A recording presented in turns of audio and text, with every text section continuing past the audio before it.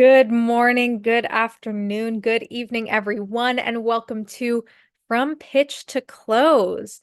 My name is Michelle Eisenberg, and I am a program assistant here at the NASDAQ Entrepreneurial Center.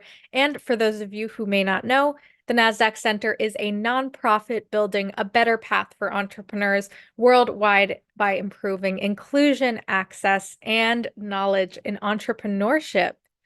So, as you will see in the chat in a moment, the NASDAQ Center provides programs, resources, and exceptional mentorship to entrepreneurs across all races, industries, and geographies. So, definitely make sure to check out those links and resources in the chat.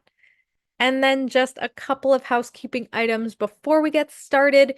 First, let us know where you are dialing in from in the chat. We always love to connect.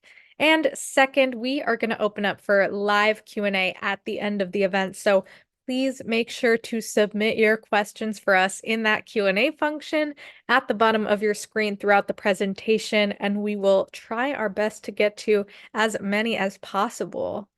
And of course, none of what we do could be possible at the center without all of the amazing support from our sponsors, including NASDAQ, Lehigh University, BMO, Airbnb, KPMG, Wilson Sonsini, Microsoft Entrepreneurship for Positive Impact, BPM, and HubSpot for Startups. We are humbled by their contributions and hope you are grateful too. And so before we get started, we always like to launch a couple polls, step back and see how everyone in the room is doing today. This first one is going to ask, how are you feeling? Fearful, anxious, surviving, or optimistic? I'll give it just a couple moments for folks to submit a response here. Awesome. Thank you. Thank you. I'll give it one more moment. All right, gonna go ahead and end this poll, share these results. Awesome. Looks like optimism in the lead. Always love to see that. Definitely have some feelings of anxiety and surviving in the audience as well. I'm super confident that our topic today might be helpful in those areas. So I'm going to stop sharing this poll and launch that second one. All right, what is keeping you up at night? Finance, sales, marketing, scale, pivot, team, or surviving? And this one just helps us understand your current needs as an entrepreneur so we can make sure we are continuing to provide purposeful programs and resources for all of you. Awesome. We got folks from DC, Georgia, New York, Illinois, Alabama, Pennsylvania, California, India, Arizona, Texas, Tennessee, Florida, Ohio, Indiana, Nevada, North Carolina. Awesome, awesome. Welcome, welcome, everyone. So great to have you all joining in. Nigeria, New Jersey, Alaska, Virginia. Awesome. All right, I'll give this just another moment here. So great to have everyone dialing in from all over the place. Awesome. I'm going to end this poll and share these results. All right, finance coming up in the lead, fitting for our conversation today, but looks like marketing, sales, and scale coming up behind. Awesome. Thank you all so much for participating. Super helpful. Going to stop sharing this poll, and without any further delay, please join me in giving a warm welcome to our special guest, Chris Folayan, author of From Pitch to Close: What Founders and CEOs Need to Know and Do Before an Investor Meeting. Chris, it is such a pleasure to have you here on this platform with us to share your insights on this topic. So we're super excited, and I'm going to pass it right over. Thank you very much. I'm going to share my screen here so everyone can see what I'm seeing. Let's see here. Share. Cool.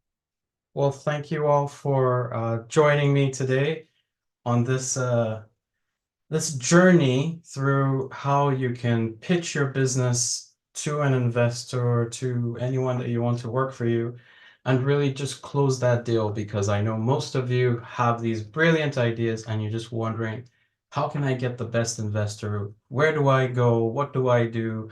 And a ton of questions going through your mind. So I will try my very best to answer as many of them as possible in this presentation. But really quick, I think it's very important for everybody to understand who's speaking to you. So if you don't know a little bit of my history, I will just go through this very, very fast, because I know we only have 1 hour and you guys came to hear about pitching your idea, not to hear about me. But born and raised in Nigeria, came to the States to go to college, had not been online before I came to the States, got online, was super excited about this thing called the internet, taught myself how to program over 20 languages in a 2-year period. Went to school in the heart of the Silicon Valley, and that got people very interested in this guy who came from who knows where, who's programming like some insane guy. And lo and behold, I landed a job at a very young age, doing some reverse engineering reviews for mergers and acquisitions for a company called Quantum. And then I started a music company doing encryption technology to prevent people from ripping music. And then I started my own company after selling that. And the list goes on and on and on. You can basically see what I've gone through. But I'm a serial entrepreneur, which means I love starting companies. It also means I've been in front of a lot of investors, and I do invest myself now because I'm blessed to have exited quite a few companies and be able to invest. So I've been on both sides. So I've worn the hat of going in front of an investor and seeing how the heck can I get them to give me a good valuation for my own company so they can invest in my company. And I've also been on the other side listening to amazing individuals like yourself pitch to me so you can get funding for your companies in different stages. So I'm just going to jump into what really an investor is looking for. Now, an investor is looking for, in everyone, passion. That is it. You might have heard, and I hope you've heard, people say it's not the idea, it's about you. And that is so true. You, your experience, your passion means everything to an investor. So let's start from the core, which is the idea. Now, your idea, the best ideas are basically a combination of two things: your passion and your experience. Best ideas ever. Now, I'll give you an example. Someone comes up to me and says, "Hey, guess what? I'm starting a business doing something with AI." Like, okay, fantastic. I know it's the new buzzword. I know it has an amazing future ahead of us, but are you passionate about it, or are you just jumping into it because it's the new fad, it's the new thing on the block?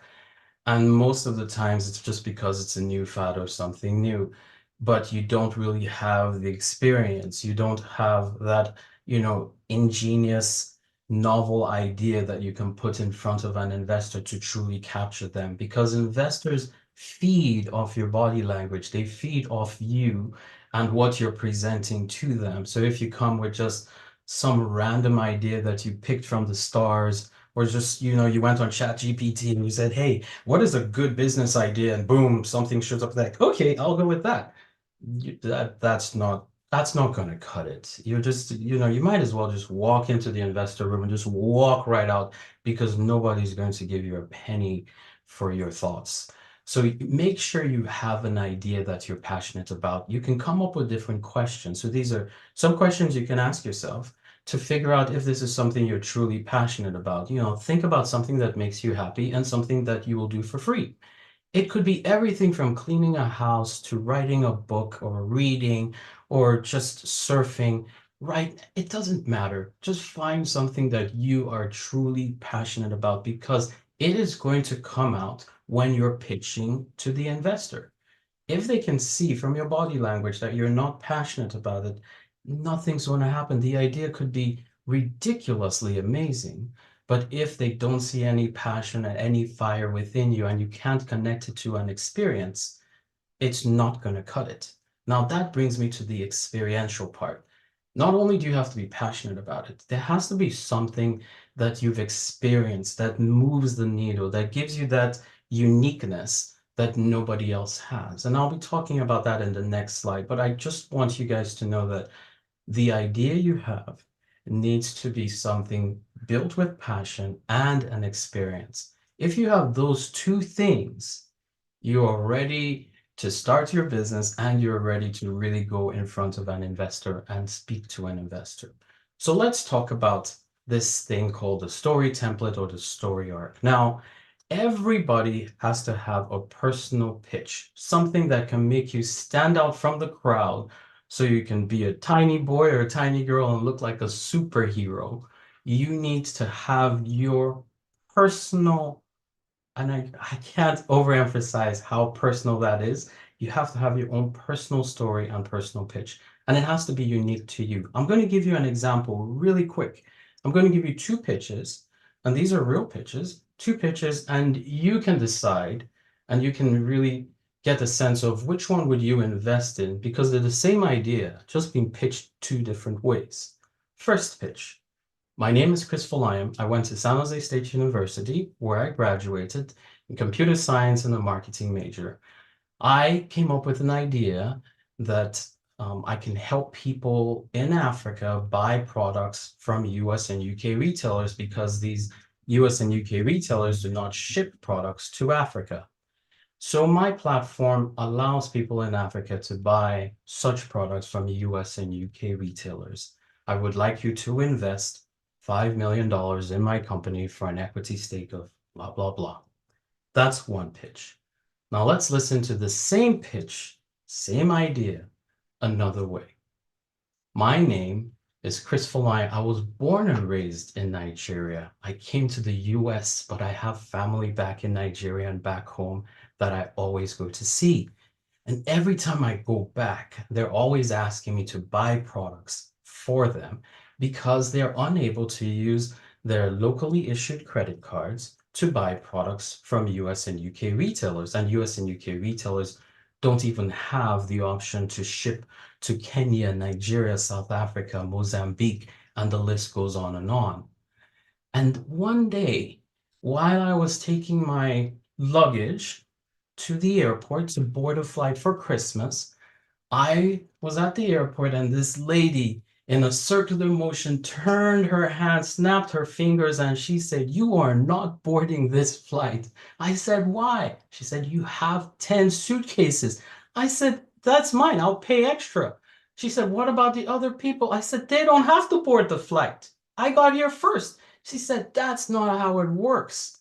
And I said, "Okay. Well, what can I do?" And she said, "You are not boarding this flight." And I did not board the flight. But what happened is a light bulb went off in my head. And I said, wow, I keep buying stuff for people because they don't have access. What if I gave them access to the products that they want? And I gave them an online software tool that they could use that for. Now, I have experience building software. I've made a good company. I've built companies doing that. So what I did is I developed a software platform that can be installed on any computer across Africa that enables people to buy products from US and UK retailers. Now, I didn't even mention anything about my school, if you noticed. I spoke about my history, I spoke about my background, I spoke about my aha moment, I spoke about the idea, and I let it down with that whole reward. I brought it home. That is the pitch you want. It makes you unique. No one else has had that experience except me providing that to you. Now, I rephrase. So people have had the experience, but when talking to an investor, they're not listening to this over and over again. It's not the same story. I went to this school, I graduated, I had this idea, I'm asking for money. No, this is my experience. This is my origin story. This is what makes me unique. I've heard beautiful origin stories of people who were raised in single parent homes, people who just came out of poverty, and just massive, impactful stories that were unique to them. And they nicely weaved it into their story, into their aha moment, into the experience, and how that idea came to being. And at the end, they brought home the reward. You see where it says, bring it home? Bring home the reward. Tell them how big the market is. Talk to them about the concept, why you are perfectly placed for that business. Now, I didn't have time to give you my 3-minute pitch on different versions, right? Because we only have less than an hour for this. But you can tell from this that this is how you can stand out. Now, not only can you stand out this way, for an investor, and trust me, this makes a huge difference when talking to an investor. This can also be used to get mentors, to get board of directors, to hire employees, even without money. You can hire, I've done that. You can hire people to work for you because they're so drawn to your origin story and to your story arc and their story template that they feel, wow, I'm going to learn so much from this expert. This is amazing, and this is something I want to be part of. So consider this, take a screenshot, do whatever you have with this. This is the template that you need. And again, number one is very important because number one is your identity story. Nobody else on this planet has had those stories and has a story and has, has had all the confrontations and the impacts that you've had in your life. No one else has had it. So use that to your advantage so you can stand out to any investor. So when they're starting to think about things, they remember you. Not for the school you went to, because guess what? 5 million people went to your school over the past, 50 years. Not your school, not your education, and not the company that you worked in, about you, your experience, because that is what makes you different. That's what makes you unique. And you can pull from that experience, again, bring home the reward. Very, very important. So we've talked about the idea and how you can build your idea based on passion and experience. Now we've talked about how you can pitch the idea in a 3-minute story. Now this 3-minute story, again, is just for you to lock in the investor to your idea so they know you're an expert, they know you have some kind of experience going with it. Now let's talk about the team. The team is super important also, and building your team. As an investor and as somebody who has built multiple companies, I can tell you that without a solid team, you're probably not going to do that well. Now, if you're just a consultant and all, yes, this doesn't count. But if you're trying to build a multi-million-dollar business and do really big, great things in multiple industries and sectors, you need to build a team. These are the 6 people you need to have on your team. There's you, and there's the COO or Chief Operating Officer. That's your right-hand person, the person you lean on when you want to take time off, the person you talk to, and they could also be your co-founder if you want, but that's your right-hand person. And then you want somebody that's in charge of partnerships and growth because you need to have partners. The biggest way to scale any business is through partnerships. It's on one of the slides that we'll get to, but one of the things that in that investors are looking for is, have you been able to partner with anyone? Is any other person interested in your idea, or is it just a solo business and it's just you? And you want them to know that other people are interested. Now, the finance person or the CFO, this person could be outsourced in the beginning till your company really has the funding to go or to grow, but you want to make sure that your finances are locked in from the very beginning. It's very hard to start your finances to improve it once you're 1 year in or a year and a half in, and you're trying to show investors your books, because part of what investors want to see are your books. They want to see your numbers. How well are you with financing? How have you been spending your money? Are you following all the accounting rules and principles that need to be followed? Because guess what? They're going to need to ensure that you're following it. So if you can show them that from the get-go, it is a great thing, and it shows that you're very responsible with money. Customer service and person who's in charge of customers, also very important in building an organization. The legal and compliance, as I'm sure you know, depending on your business, you probably want to have all your contracts looked at before you sign on. We'll be talking about that a little bit later also. The thing to think about when hiring a team is I've seen teams that have people that are willing to learn but have no experience, or willing to learn, have experience but are not humble. On the left side of your screen, you see where it says attitude to learn, experience, and humble. You need those three things to really get a good team going. Any one of those missing is not a good thing. So if they're experienced and humble, but they're not willing to learn, please reconsider trying to find somebody else to fill one of these major roles in your business. And they have to be able to sell the product to you. I don't care if it's the CFO or if it's the partnership person or the legal person. You want people that can actually sell you your business, because that means they have a good, thorough understanding of your business. And that is exactly what you want from a solid team. Now, you also want a solid board. Boards are fantastic. This is where you get the ability to bring people that you know you can't afford because you're just starting a business, and they might even own a massive business. So they're not going to leave their company and join yours, but you want their experience. You want them to feed you with that wisdom and knowledge and understanding that they've attained for years and years and years. These are the 5 kinds of people you want on your board in the beginning to start. Now, when you get an investor, they're going to bring their own board members, just FYI.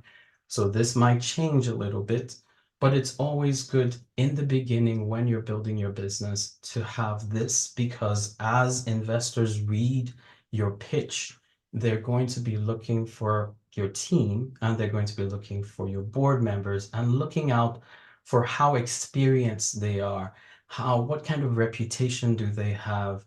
They're going to be looking for that. So if you have somebody on your board that is fantastic, let's say you have dream board member might be, depending on your business, might be the founder of Facebook or Meta. That might be a dream board member for you. But imagine if you are in social media, creating a social media app, and he was on your board. You know, the valuation of your company just went out the roof. It just went to another atmosphere, right? That is how impactful your board can be. Depending on the person you have and their experience, it can change the entire face of your business, and it can change the entire face of your valuation and investors really, paying attention to your business. Because if you've been able to get that board member on your board, it means you're able to sell your product well and get people that are influential. Now, one thing to note when you're building your board is, again, you have to look at their experience, their reputation. You need to make sure they have the time. I've made the mistake of trying to get board members on some of my boards and businesses I've owned, and they had good reputations, they had great experience, but they didn't have any time for me. Just none. I would keep texting and keep emailing. I need you, I need you, I need you. I was becoming that nagging person that we don't want to be. And I'm sure they're like, oh my goodness, this guy is just killing me. It's like, yeah, if you just pick up the phone, stop ghosting me. I'm not trying to ask for a wedding ring or anything, just asking for a question. But no, they just, so I just had to drop him. And just like, look, you're not responding. You can't be with me. You can't, that sounded weird. But you want to look for an investor, I mean, a board member that can definitely provide you with time. One thing to do with board members that I highly recommend is talk to them for a while before you bring them onto the board. If they're in close proximity, have dinner with them. It really makes a difference, because you can then see how you guys jive together, because you really want them to be supportive and you want them to feel like they can provide you with that experience. So always interview your board members. This is a shameless plug for my platform, Founder Centered, which is on the bottom. We can help founders find board members on the platform. Shameless plug, but let's keep on going. So the next thing you need to know are the tips that I've talked about. So you want to hire people, and at the end of each section, I'm going to have tips These are just really quick, insights into what I've said. So you want to make sure you hire people with experience. Your staff must be able to sell to you. Never go alone. Never go to a board meeting alone, ever. This is board meetings, and this is also to meet investors, but I'll be talking to you about that shortly.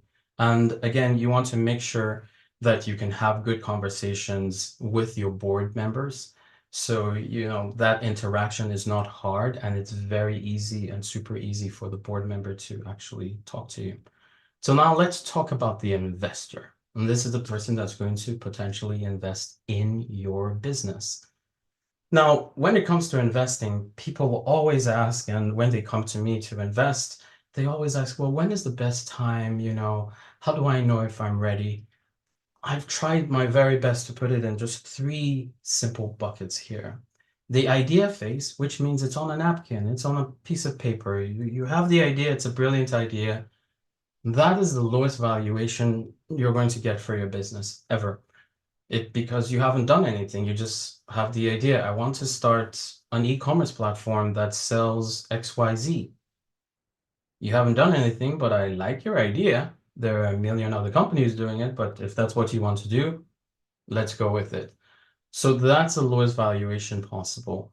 And then you have the MVP, which is minimum viable product. It's also a beta, and that's a mid valuation. It means you have launched. You've launched it, but it doesn't have all the bells and whistles. There are things missing. Not everything is working perfectly, but you've been able to prove that you can execute on a product. Very important for an investor to see that you have the know-it-all and the ability to execute. Now, with the idea phase, there's nothing that's telling the investor you know how to execute. All they know is you have a good idea. As long as it came with a passion story and experience, they know you have a good idea with experience and passion. Check, check, check. We're good. Beta, all that, plus able to, produce a product. And then you have operational, which means we've launched. We're out. We're out and running. And then there's the big but zone. Please notice how I spell but so no one goes crazy. Not talking about that other thing, just the big but zone, because there's a big but here between MVP and operational. Now, here's where it gets tricky, and I'm going to need your help when you're talking to an investor to decide and determine how you want to play this card. Because there's a card that says, I go to an investor when I'm at MVP and beta, and there's another card that says, should I go to an investor when I'm operational? Here's the big but. If you're an MVP and you say, for example, yeah, we're building this, we launched, and we can't expand because we don't have enough money, so we're not doing that well, that's one thing. So yes, you've shown that you can produce the product, but the product isn't doing well. That could be a red flag for an investor. It's like, wait a minute, why isn't it doing well? You launched it, you did everything on your own with your own dime. I get it, but it's not doing well. Maybe this is not something customers really want. So that's a big question mark. It's a red flag for an investor. But here's another red flag. You went operational. It's live. Everything's done. All bells and whistles, all done. But the business isn't converting. You're not getting that many customers to use your product. So now the investors are like, wait a minute, something's wrong. So in the beta version, you can start saying, look, I don't have any money to do this, do that, to add this bell and whistle and all that stuff. So my valuation could potentially be higher than when I'm operational and I've added all the bells and whistles and I'm still not making that much money. So it really comes down to how comfortable you feel and how confident you are and when you want to go to an investor. But there's that zone where you have to say to yourself, do I talk to the investor when I'm at the beta mode? Because when I launch, I don't know. Because if I launch, the investors are going to say, you're not doing that well. And all the bells and whistles are there. Or do I just talk to the investor at the MVP beta zone and give them all the excuses why they're not seeing major numbers? And then like, oh yeah, makes sense, makes sense. So think about that. Everybody's different, but think about that. But how can you increase the valuation of your business? So here, and the ones with two asterisks, these are the most common ways that you can increase the value of your company in front of an investor and in front of families and friends who you want to invest in your business. So you can talk about TAM, SAM, SOM. You guys can research that if you don't know what it is, but it's a total addressable market, for example, is what TAM means. You can look at that and you can try and figure out, well, what's the size of the market? One of the biggest things that investors are looking for, and you need to put and weave into your pitch, is the current and future growth potential. I've highlighted that it's the number one. I will give you an example. Right now, and I'm not saying please you should do this because remember, you need to build your business based on passion and experience. But right now, AI is the thing. Let's just be frank. There was crypto at one point. Now it's AI, everything artificial intelligence to the moon and back. That has current and future growth potential. So right now, that's one of the hottest things investors in the tech industry are investing in is AI. Understand that. Now, if you move back, just so you get a good feeling of how this works, nobody was talking too much about AI during COVID. It was all about respiratory systems, disinfectants, masks, and all of that stuff. That was current, and no one in the very beginning of COVID, no one knew about, what was going to happen. So there was a lot of investments in that and investments in things that were COVID related, like Zoom, where people could, have meetings online and not be in front of other people. So it depends on the time and the season. Investors change, just like seasons change. They look at current and future growth potential, and that's huge. Now, make sure that your investor that you talk to has some kind of market fit. I'll talk to you about that shortly. The team we've talked about, the board we've talked about, partnerships are very important in increasing your valuation. If you came to me and you said, we have a partner or a LOIs, letter of intent, to work with Coca-Cola or to work with, some major brand. That gets my ear standing. That gets me like, wait a minute. Okay, now we're talking. Increases valuation, increases likelihood of an investor investing in you. So if you want the secret sauce, how can I increase my valuation? How can I improve the likelihood of getting an investor? Here's your list. Look at this list and see how many of these you can check. The more you check, the higher it is. A good, interesting one, just to spin things around, is your exit strategy.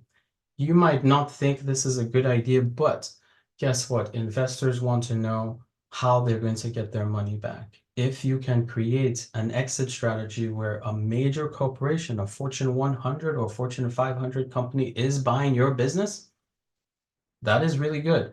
And investors will love to hear that in their pitch that you're giving. So use this to try your very best to figure out how you can increase your valuation.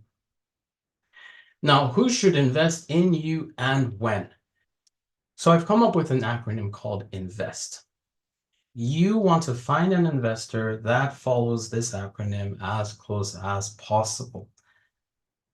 I say you can check all of these out as far as you can check them as you're talking to individuals. And I have found that it's easy provided you go to the right resources. So it's for interest. You want to make sure that the investor that's investing in your business has an interest in your business.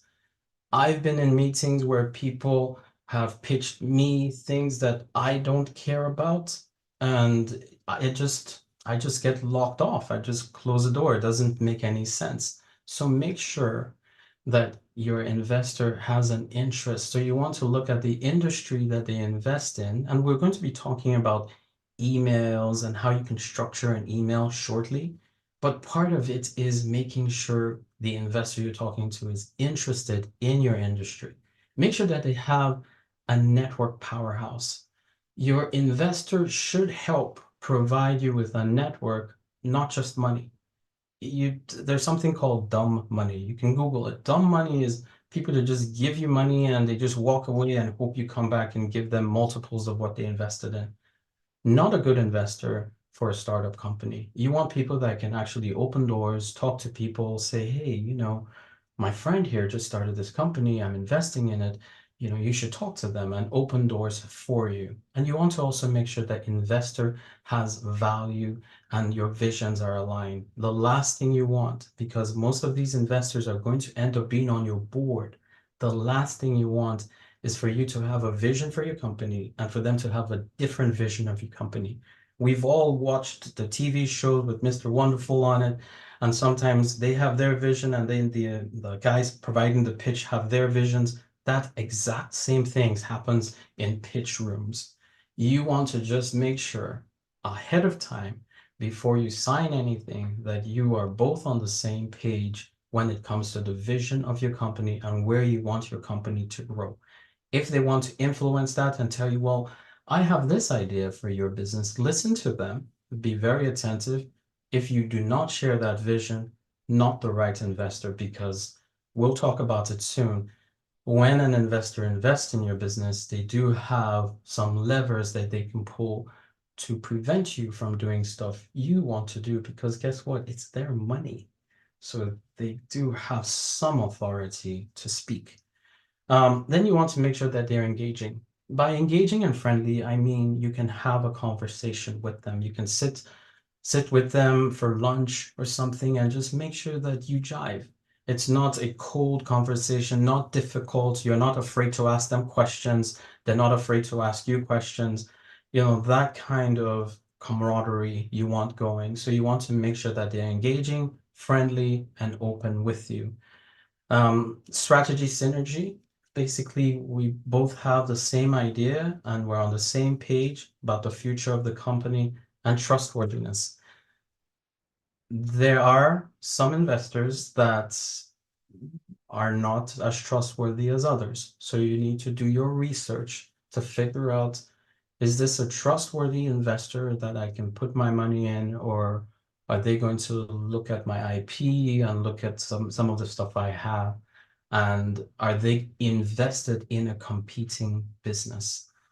Really good investors, sometimes they will tell you we're invested in a competing business, but we will provide you with a separate person, not someone that is in that competing business from our firm. They'll provide you with somebody different because they like the idea, they like the industry, and they want to just invest in different competing businesses. So just make sure that you can get a different person. Good investment companies will give you different people. Not so good investment companies will give you the same person, and you can probably guess where that can go. And it's very hard to really fight that one anywhere. So when to get an investor. So for friends and family in the startup mode and all that stuff, anytime you feel you want an investor, but if you're going to get the real investor, you're going to look for angels, people you quote unquote don't know. You want 6 to 10 months. It used to be shorter. It used to be max 6 months, but right now you're looking about 6 to 10 months. Obviously, it depends on how much you're raising. The more you raise, the longer term you have to look. But 6 months is about what you want. So you want to make sure you have a runway of about 6 to 10 months before go and meet an investor. So 6 months before you run out of money, or 10 months before you run out of money, it's a great time to go and meet an investor and try and get an investor. Now, I know some of you have asked questions because you sent in some amazing questions prior to this Zoom call. You have questions about valuation and how do I value my company? It's a very tricky one. It goes back to, future proofing, if it's a product that has legs for the future and if it's current and all that stuff, like I mentioned, AI. But if anybody tells me they want to invest in a mask business right now, probably not.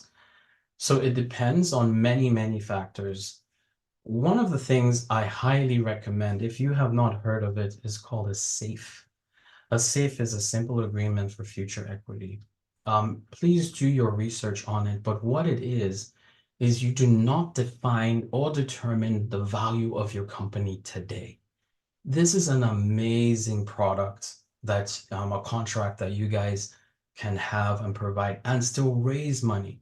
But you're raising money not knowing how much your company is worth today. You're not basically saying, I'm looking for $2 million at a 10 million pre-close or pre-fund. No, you just don't even worry about that. You're just saying, look, I'm looking for $2 million or $150,000. I'm going to put it in a safe. We're not determining what the value of my company is. We're not arguing, is my company worth 300,000 and you're giving me 150, which means now you own 50%, which you should never do. We're not talking about that. We're just saying, this is the money I need. Give it to me. We'll put it in a safe. And then when we go and we do the real thing, when we go to the VCs and get the real money, the 2 million, the 5 million, the 10 million raise, then we decide how much you gave me is worth based on the raise I am doing in the future. Plus, there could be some discounts and all that stuff.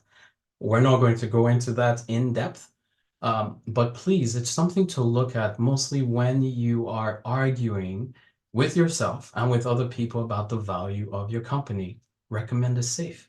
Super easy. Nobody argues about it because people who invest in safes are probably going to do well because that means they're coming in early and the value of the company is going to be going up. So they're winning on many levels.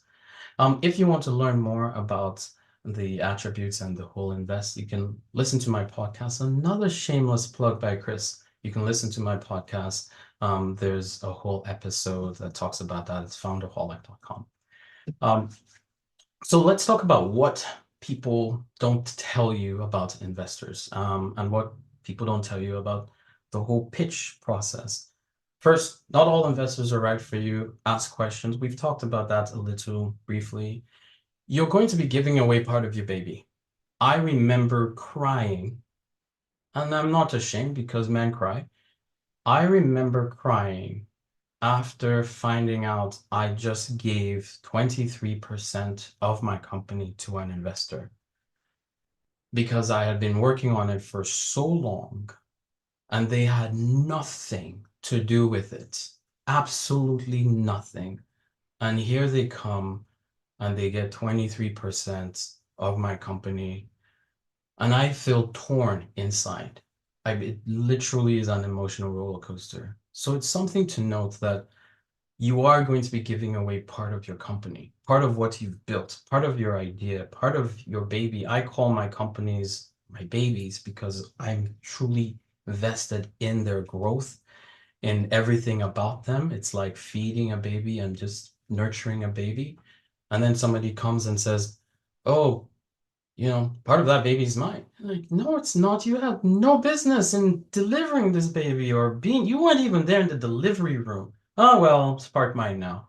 So be very, just be careful who you're going to gets to help you raise your baby, or your company. So be very careful about that. And another thing people don't tell you is that once you get an investor, you stop making a lot of decisions. Please, this is not me saying don't get investors. I've gotten investors, I'm an investor, so please do. Just this is something you should know. Many decisions start being handed to the board. You can't make financial decisions just willy-nilly like you were making when you were the owner of the company. So these are things that you need to know. And once you start raising, you never stop raising because it's a really simple reason.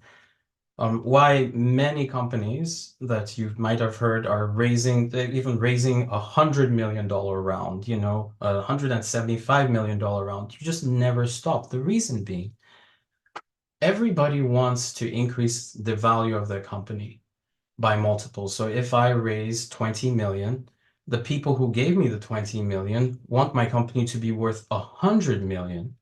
So that means I have to keep on feeding the beast, feeding the baby, and it just never stops because all I'm thinking about is valuation, growth, increase money for my investors. My investors are now on the board, so you can bet they're talking about, well, what are you doing to grow the company? Are you doing this? Are you doing that?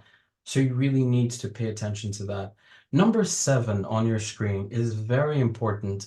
And I'm not a lawyer, nor do I claim to be, but I've seen contracts that are scary from accelerators, that are scary from investors, and you really need to pay attention. Hire a lawyer. It is worth it because you can lose your company. I've had friends lose their companies, lose control of their companies because they didn't just spend the money to have a lawyer look at it. So number 7, please pay attention to things like down round, majority, veto rights, vest period, tranches, the whole non-dilute clause.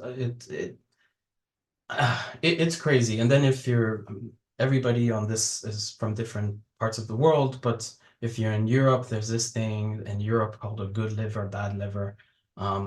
If you get sick and you stop functioning as a CEO, they could call you a bad liver and then you could lose your shares. It's something. So be very, very, very careful and look at the contract or your term sheets before you sign any contract with an investor. Very important you do that. And once you get an investor, again, it's your job to multiply their money. So they will be asking you over and over again, what are you doing to get this thing done? So let's talk about the different types of investors. Please take a screenshot. So there are a lot of investors. You need to figure out how much you're raising first. Once you've figured out how much you're raising, then you draw the line to figure out who do you need to talk to. Let's use this example right here. Let's go with the very first one. So seed stage, which means the beginning. I'm raising 25,000. I'm going to be talking to an angel investor. I could also do crowdfunding for that. But I'm not going to be talking to a VC or a venture capitalist, not for $25,000. So the very first thing you need to do, figure out who you want to talk to. And once you've figured out who you want to talk to, so let's say I want to talk to an angel investor, you want to then start researching. So you determine the type of investor, which is step number 1. Step number 2 is you want to now research. Again, let's go with the angel investor. I want to research the angel investor. Again, I'm not going to come to the platform, for example, and say, hey, I'm raising, $4 million and think I'm going to talk to an angel investor. The angel investor will look at me and say, you are not worthy of being in the presence of a VC because you are talking to the wrong people. So make sure you're talking to the right people. You research them, then you find out the best contacts. After you've researched them, go to LinkedIn, go to multiple different platforms. Then step 4, you want to learn about your contacts and their social media stance. I'm running out of time, so I'm just going to go through this really quick. And then once you make your contact strategy. Now, this is where things get really important. Everybody on this call is probably going to be sending a cold email to an investor. The things that you have to think about is in that email, you want to make sure that your subject line, that's the very first thing they see. The subject line needs to be a hook. There needs to be some kind of hook, and you can make it personal in some way, shape, or form. So look at these 3 examples. I'm running out of time, so I'm not going to go through them. But let's just go through the family one, the boy. So you recognize that your platform has something to do with education. You also recognize that the investor that you're trying to pitch to may be a family man or a family woman. So you want to connect that dot in that email line, which means not every subject line, in fact, most of the times, if you do this well, no subject line will be the same when you're sending pitches to investors. You want to work on your subject line. Very first thing, hook them in. Do that weaving thing. And then you see this story arc in this email. This is a perfect story arc reviewed by investors like me and many of my friends to make sure, like, would they read this email? And everyone 100% said yes. Bring your story arc in, form a bond with them, like, yeah, you're a family man, I'm a family woman, blah, blah, blah, blah, blah, blah, blah. Connect the dots, throw it in, get that traction and feedback, close the deal with a thank you, and you end it there. Don't forget to attach your pitch. And there are two types of pitches. We'll talk about that in a second. So go through this. Again, running out of time, so I'm just going to make this really quick. Look at the tips that you have here. Feel free to contact and comment on their posts. I think that's a really good way to start drawing them in, is to connect with them on social media. And then, just leave a comment or two so they know who you are. Fantastic, fantastic way to just get your toes in the door and then let your email do the rest. Now the pitch. So getting ready for the pitch. What you want to do is you want to lock down your story. We've talked about that. You want to practice in the mirror and you want to practice in front of people. Guess what? You're doing your pitch in front of people. So to all those who say, oh, I'm only going to practice in the mirror, the person in the mirror is not a stranger to you. I hope they're not a stranger to you. If they are, is another environment, right? So practicing in front of a mirror doesn't get you too far. Practice in front of people who will ask you questions. You can actually go to pitchquestions.com to get more information about pitch questions. Another shameless plug. And then you want to look at posture. Very important. If you can see me on camera, what I want you to do is when you're talking to them, either online or in person, shoulders down as far as possible, not shoulders up. Some people do that. That means you're tense. The farther your shoulders are from your earlobes, that's the best. Just nice, relaxed pose. Elbows on table if you want, elbows off table if you want, arms arched. See, guys, in the screen, if you can see, it's almost like you're praying, but it's open because this is not the time to be praying in front of investors. You do that before. So open, arms like that, that's perfectly fine pose. It's a sign of intelligence. But that's the pose you want. And when you're talking to them, you want to lean your shoulders. If you're seeing me on the camera, move your shoulders towards them and your heads towards them and look them in the eye. And that is how you respond to an investor. If you're on camera, don't do that. But if you're in person, please definitely do that. Now prepare your brain for that. Practice mindfulness, breathing, exercise the day before does a tremendous amount to reduce the testosterone and reduce that pressure in you. So I always tell people to do that. Another thing that I coach people to do, and I highly recommend, is this thing. It's a hack that works fantastically well. I call it the gorilla stand. Go into the bathroom just before you meet them, or if you're on camera, just before the meeting. I did it before this call. Arms open wide, just stretch out. You can do the research. It's fantastic. It does wonders for confidence, for just calming you down. Be an active listener. There's so many people who try and speak over investors as they talk, and it doesn't help. Again, your story is everything when you're pitching your ideas. So make sure you solidify your story when talking to an investor. When you're going through the pitch, you're going to have two sets of pitches. I'm going to be doing this super quick, guys. Two sets of pitches. The ones with the stars or the asterisks, that is your teaser pitch. And then you're going to have an email pitch. Two different ones. Ones with the stars, please make sure that that's in your deck with the attachment and the email we just discussed. Then the other slides, that's the one you present. The thing is, you want the teaser pitch to get you the phone call, to get you that email. That's the purpose. We're not trying to tell them everything about the idea. We're not trying to give them the whole landscape. That's something you want to do in person because nobody can pitch better than you. So you don't want your slides to try and tell a story that can't be told. So please look at the ones that have the asterisks, focus on that in your email teaser. And then again, the ones without asterisks, those are the ones that you're going to do in person. Okay, really quick tip. Take a screenshot because I'm just going to fly through this. The biggest one is never pitch alone. Ever, ever, ever. If you can help it, never pitch alone. It's like it's a tough part, pitching, and then to be doing it alone is really hard. You gain more confidence if you have somebody there. When you gain more confidence, the actual investors see that. And the two brains are better than one. Just bring a smart person with you. And when you're pitching, go back and forth, making sure you're not doing all the pitches. More pitch tips, please take a screenshot of this. grow your knowledge, know your knowledge. We're down to the end now.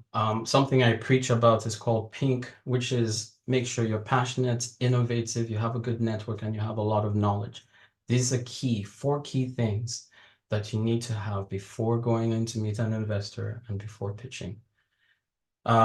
This is about my passion project. Go to foundercenter.com, learn more about it, and thank you very much.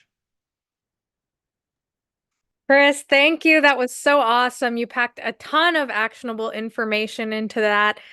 So thank you so much. Just before we close out, if you had one key takeaway, piece of wisdom, or maybe something that you kind of wish you knew when you were starting out, that you would want to share with the audience, what would that be?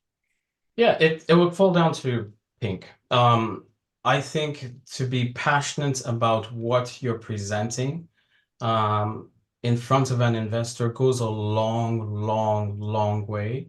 And you always want to ensure that that passion, spills out and oozes out because investors want to invest in the person more so than the idea. If they see you're passionate about it, they will invest in you and know that that passion is going to drive you to succeed because starting a company is hard. But if you have passion, those hard times will just rub off your shoulder. Love it. Really at the core of what it's all about. Chris, thank you so much once again on behalf of the NASDAQ Entrepreneurial Center. We're just so grateful that you joined us today. Thank you. Awesome. And to our audience, we'd love for you all to join us again for upcoming webinars, which you can view using those links that are going to be posted in the chat. And thank you all so much for joining us today. We look forward to welcoming you back online with us soon.